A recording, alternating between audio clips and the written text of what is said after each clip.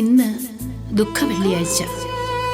ലോകം കണ്ടിട്ടുള്ളതിൽ വെച്ച് ഏറ്റവും വലിയ ത്യാഗത്തെ, ഏറ്റവും പരമമായ ക്രിസ്തു സ്നേഹത്തെ അനുസ്മരിക്കുന്ന പുണ്യദിനം. കുരിശ് ഭാരമേറിയതായിരുന്നു, വേദന ആഴമേറിയതായിരുന്നു, വഴികൾ ദുർഘടമായിരുന്നു. എന്നിട്ടും ദൈവപുത്രൻ തിരഞ്ഞെടുത്തത് സഹന വഴികളായിരുന്നു. അതെ, മനുഷ്യമക്കളെ രക്ഷിക്കുവാൻ, വിശുദ്ധീകരിക്കുവാൻ അവിടുന്ന് കാൽവരിക്കുന്നിൽ രക്തം ചിന്തി ജീവൻ ബലിയർപ്പിച്ചു. പരാതിയില്ലാത്ത സഹനങ്ങളാണ് രക്ഷാകരമാകുന്നത്.